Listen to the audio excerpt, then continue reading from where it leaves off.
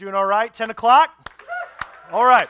So, we have been in this series called Tribes for the last couple weeks, looking at what does it mean to be in relationships, community, being a part of a tribe. We've had a lot of fun laughing and kind of looking what does it mean to be a part of something bigger than yourself, so you have that safety net, not only when things go bad, but you also have that crowd around you to celebrate when things are going well and to just be around when things are just a little average.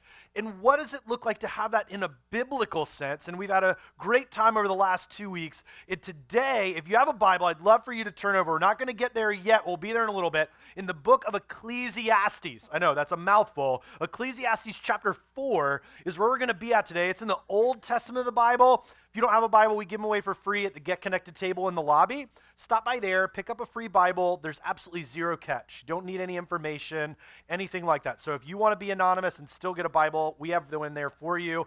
Or you can go to the online Get Connected table, click the Need a Bible tab, and there's 2 ways that you can download either a dedicated Bible app that has all kinds of resources, or the one that we're a little biased but we think is great is the Forefront Church app that has an integrated Bible and all the notes that we're going to talk about today, so you can fill those out and go along, especially if you're OCD and you're listen, squirrel, and you move around. If that's you, then download that, and it'll really help you kind of stay focused and on what we're talking about today.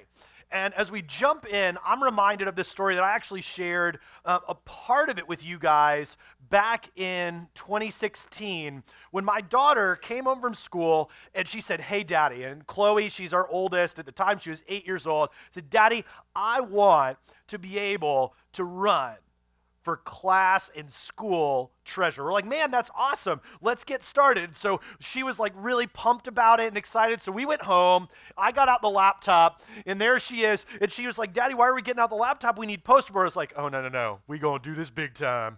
And so we got on the laptop, busted out Photoshop, and I was amazed at how well she took to it. She was like searching out things. She's like, "Daddy, we need to find like a blank dollar bill." I was like, "Dollar bills, we getting $100 bills."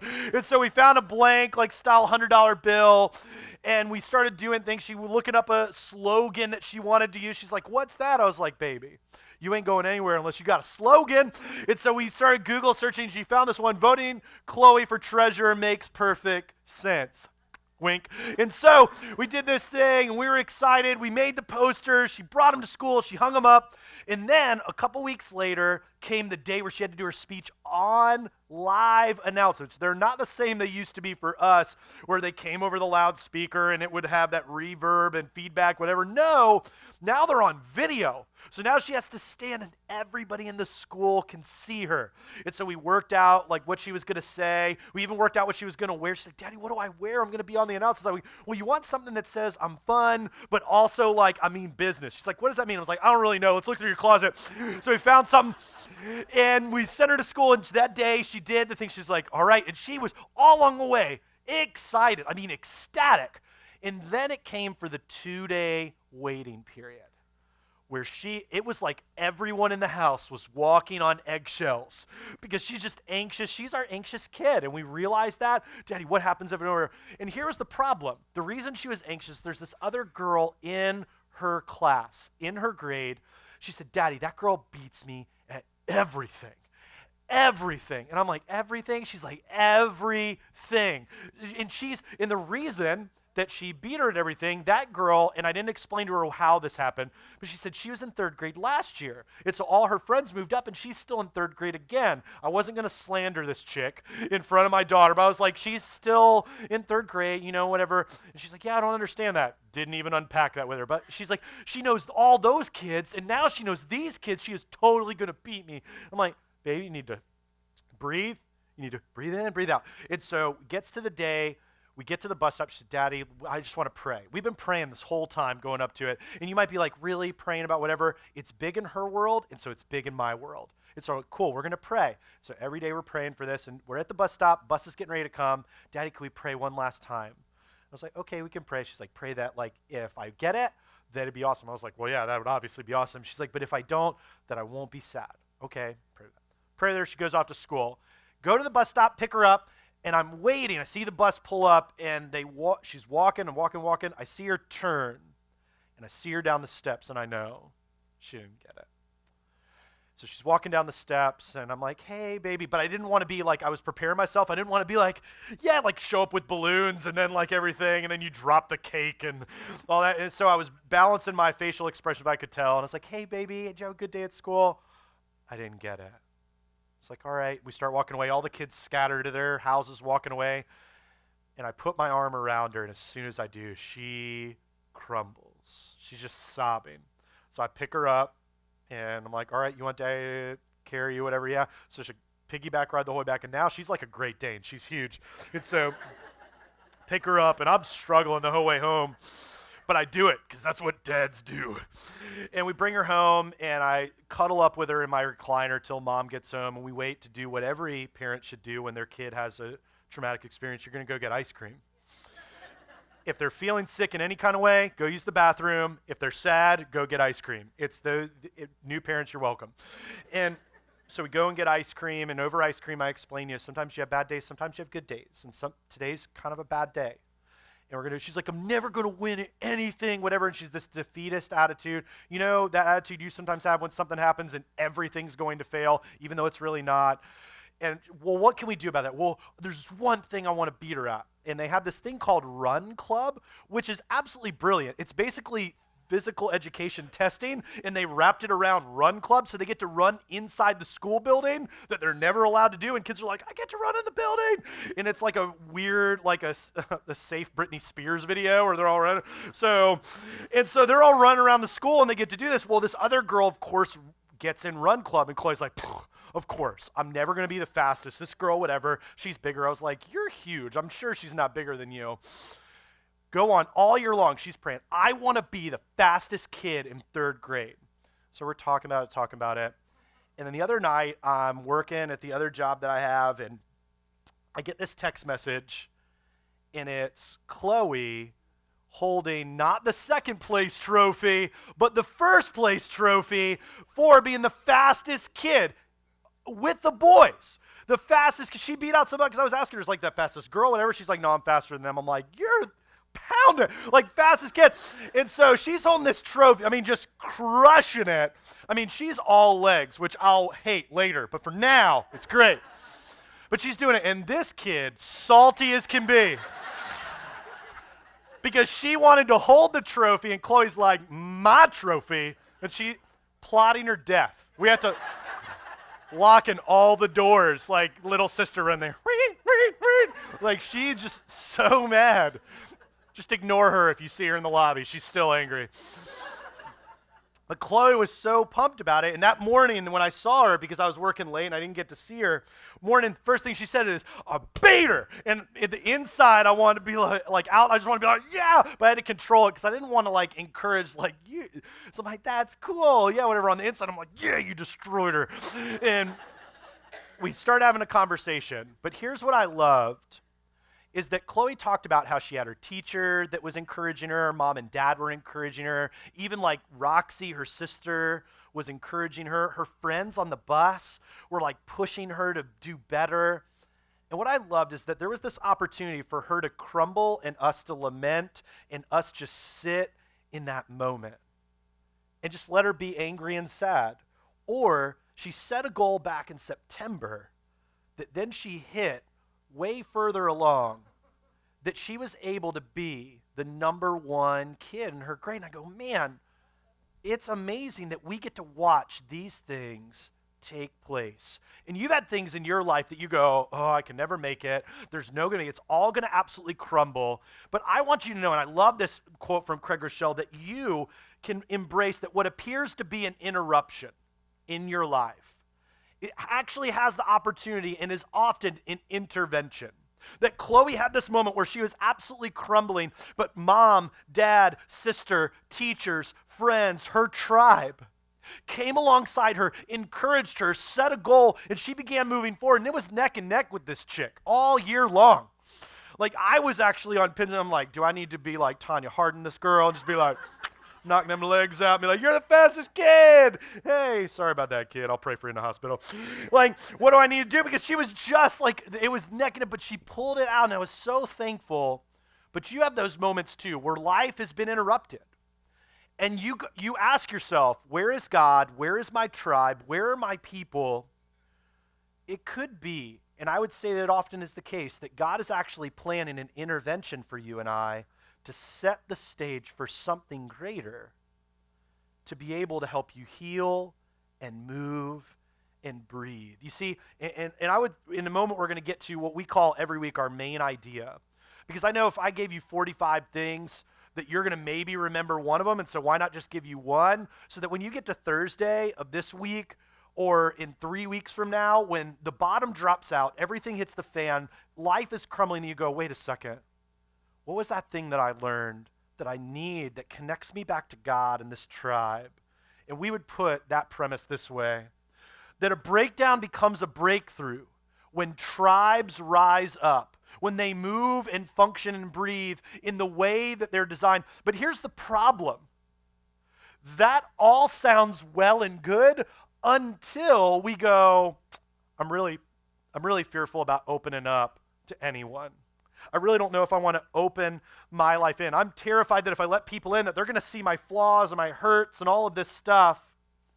And the reality is we shouldn't fear people seeing our flaws. We shouldn't fear people seeing our struggles and our weaknesses. And I know, especially on a day like Father's Day, the testosterone begins to rage, and all we want to do is play sports and kill things and grill things, which you can flip because you're flipping awesome with the spatula that we're going to give you after.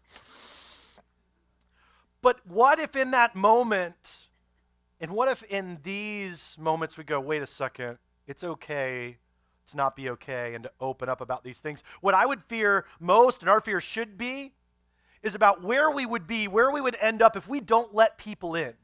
If we don't let people into the hurts, pains, sorrows, the things that are going on in our lives. And the beautiful thing is the writer of the Old Testament book of Ecclesiastes got this premise. And you've been holding over there in chapter 4, starting in verse 9. If you don't have a Bible, the great thing is we have it here on the screens.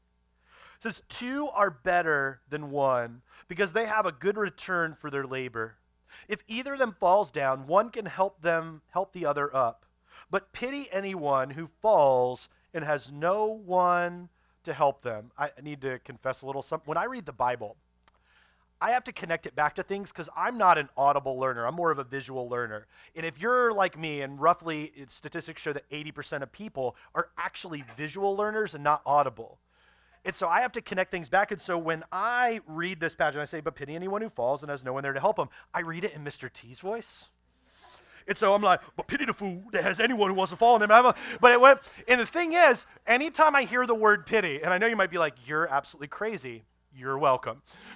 That when I read the Bible and when I connect it back to things that help me remember, I then, when I'm sitting in a moment where I'm wondering, where is my tribe? I'm questioning about God, and that's a reality that every one of us, sometimes in those moments where we hurt, we question, God, are you around? Are you something? That I'm able to sit in passages like this and go, but pity anyone who falls and has no one there to help. I go, wait a second, I'm reminded, even by Mr. T, which really is about God, that there is a God, that there is a community, that there is a hope, that there is someone who can help me. And also, if 2 lie down together, they keep warm. But how can one keep warm alone? Though one may be overpowered, 2 can defend themselves. A cord of 3 strands is not quickly broken. If you ever travel to the Mecca of manliness or Home Depot, you walk down the different aisles. Sometimes, seriously, if I have a moment and I don't have to be somewhere, I will just straight up go to Home Depot and just walk. And if you're going to walk around, if you have any questions, find the oldest guy that works there. Don't find the guy that barely can grow facial hair. Find the old guy that's gray and everything else because he'll know everything that there is to know. And walk through the aisles and just check stuff out. And if you've ever been there's one of the aisles where it has chains and rope and all this stuff. A rope can hold a ton of stuff. Now, if we were to suspend a little string and move that through and then try to put a pallet of bricks on there, it is going to absolutely collapse, rip down the drop ceiling. It's going to be a disaster. But then you use a rope to do the same action, nice strands woven together to be able to hold things. There's a completely different movement that takes place. You see, the function of being together changes the way that a tribe works. A tribe doesn't work when you move alone. And you see, Jesus knew this. And the first four books of the New Testament of the Bible, we just read out of the Old Testament, in the first four books in the New Testament of the Bible are called the Gospels. Basically, that's a fancy way of saying the good news. The good news that Jesus came and not only died but conquered death so that you and I could be free. And these books unpack his life. And there's this story over in Matthew chapter 8. It's the first book of the New Testament. Over in Matthew chapter 8, it talks and catches up with Jesus and his friends, and they're going out on a boat. Now, they go out, and it says that Jesus gets in the boat, and his friends begin to jump in with him, mainly because they trust Jesus. They're following him. They're learning from him. These guys are called his disciples. There's 12 of these guys. This is his tribe. These are the guys that are learning from him. These are the guys who will eventually start what is the first incarnation of the local church that has now spread 2,000 plus years later. And these guys are learning from him. And they get in this boat and they start paddling out.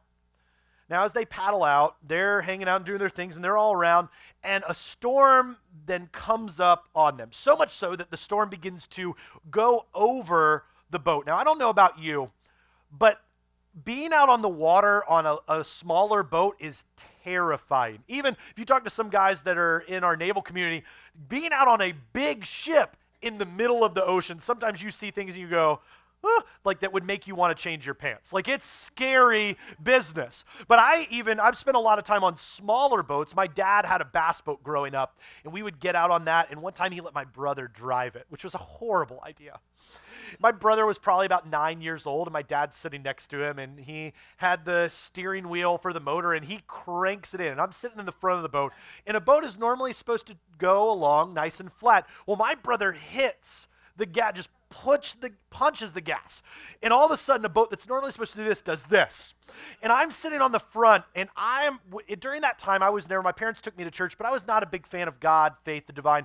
In that moment, I have never prayed so deeply than I have in my entire life. As I see my life flashing before my eyes, I'm up like 7 feet in the air as this boat is doing this. Finally, my dad gets control and does that.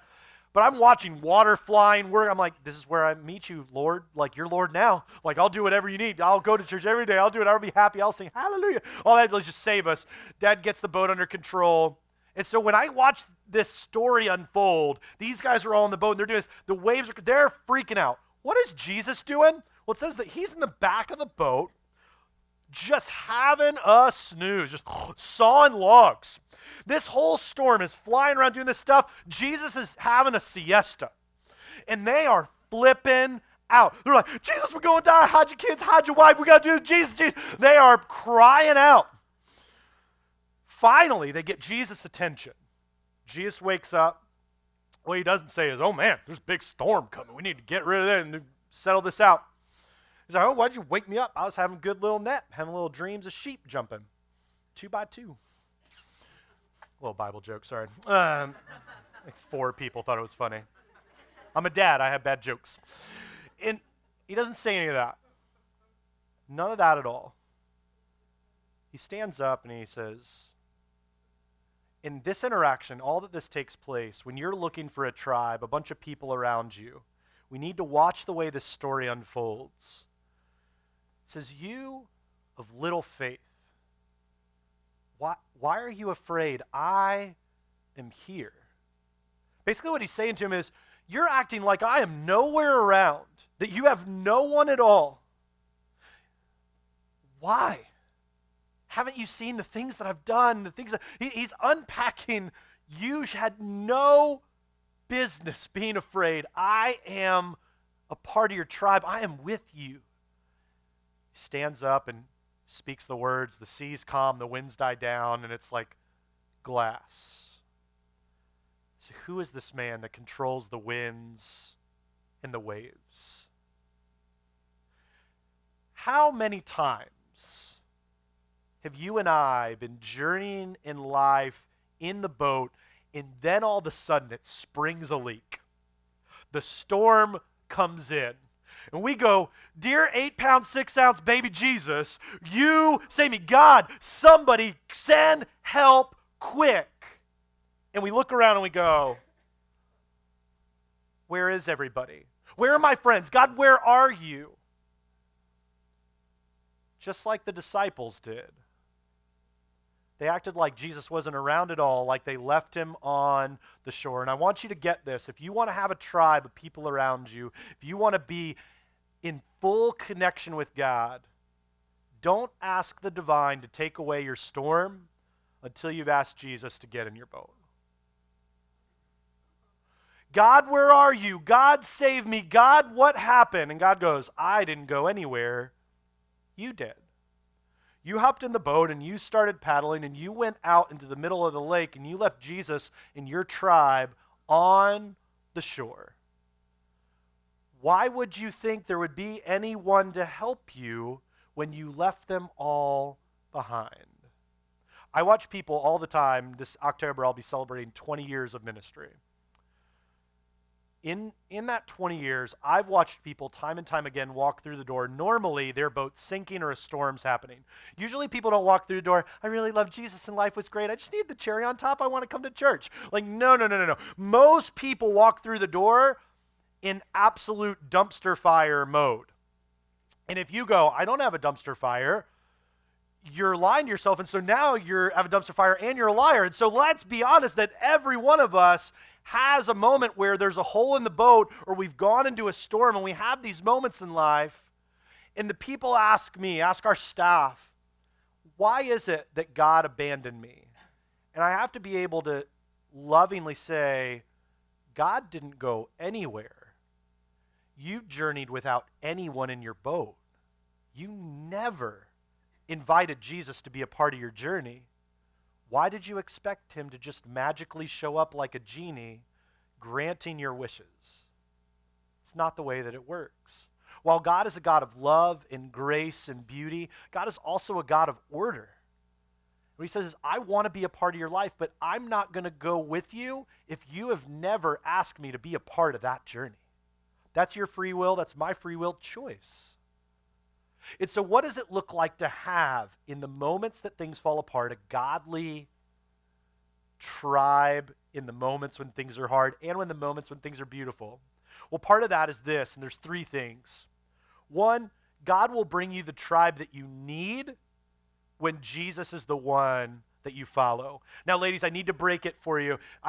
It's what you need. And so I know you say you want Ryan Gosling to be a part of your tribe.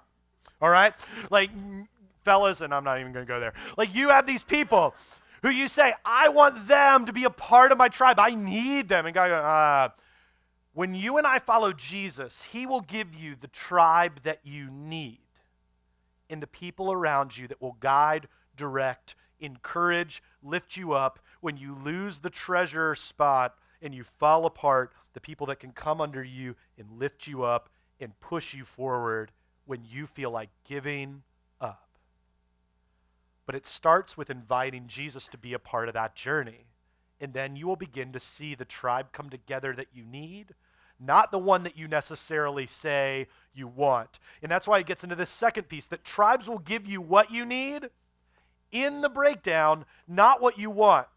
There have been plenty of times where God brought someone into my tribe, and I'm going to be 100% transparent. Everybody that comes into contact with my life, I'm not like, yay, awesome. There are some times where I'm like, that person's a little, like, they kind of grate my nerves a little bit. Here's the interesting part. God ends up leading people into my tribe right when I need something in the middle of the breakdown that I go, God, why'd you lead them into my life right now? And God goes, because you need it. And I go, he gives you exactly what you need, not what you want. And there are sometimes where you go, I need X, Y, and Z, God, and then I'll follow you. And God goes, you think your plan's better than mine. That's cute. Aw. Hang that up on the fridge. He goes, I love you, but I know better than you because I'm the creator of the universe. I am the beautifully divine God of all creation. I know what you need. And just like a parent knows what a kid needs, sometimes it's not what they want. Actually, a lot of times it's not what they want. But as children of the Heavenly Father, there are going to be moments that you need that tribe around you, and God's going to bring it, but I can guarantee you that it's not going to look the way you had hoped. So the question is, are you willing to accept it? And that would get us to number 3, that tribes have to be established before the journey, so they're there during the breakdown. Talk about the people that walk through the door, and this is something that I love, and if you're here this morning and you're still like anonymous, I'm thankful for you. But I want to take a moment to speak into your life, whether you've been here for 1 week or 5 years. And you go, I'm just not ready to let people in. When everything does hit the fan and things do break, who will you go to? If you've removed those relationships out of your life, godly, amazing, foundational relationships, and then everything gets hard, and then you shake your fist at God, God is big enough to take your anger, but he'll respond to you, I gave you the tribe. You just simply push them away. And so I suggest not waiting until everything gets hard and things are difficult to then say, I need friends. I need a tribe. I need people around me. I need those God-fearing, amazing, beautiful people. Do it when it's just like, went to work, came home, watched some Netflix, got on the computer and did Facebook, went to bed. Then the next day you do sort of the same thing, but you go out with your friends and have dinner. You move on. Why? Because tracking all along in the high points and in the average days are those people that will be with you. Because when the valley does hit, when the storm comes, when the boat springs a leak, you've invited Jesus to be a part of that journey, and you've invited those friends into the boat with you for the good, bad, and the ugly. We all have it. And that is how you're going to be sustained under God with other people. The question is, will you invite Jesus and those other people with you along in the journey? Choice is yours. Would you pray with me?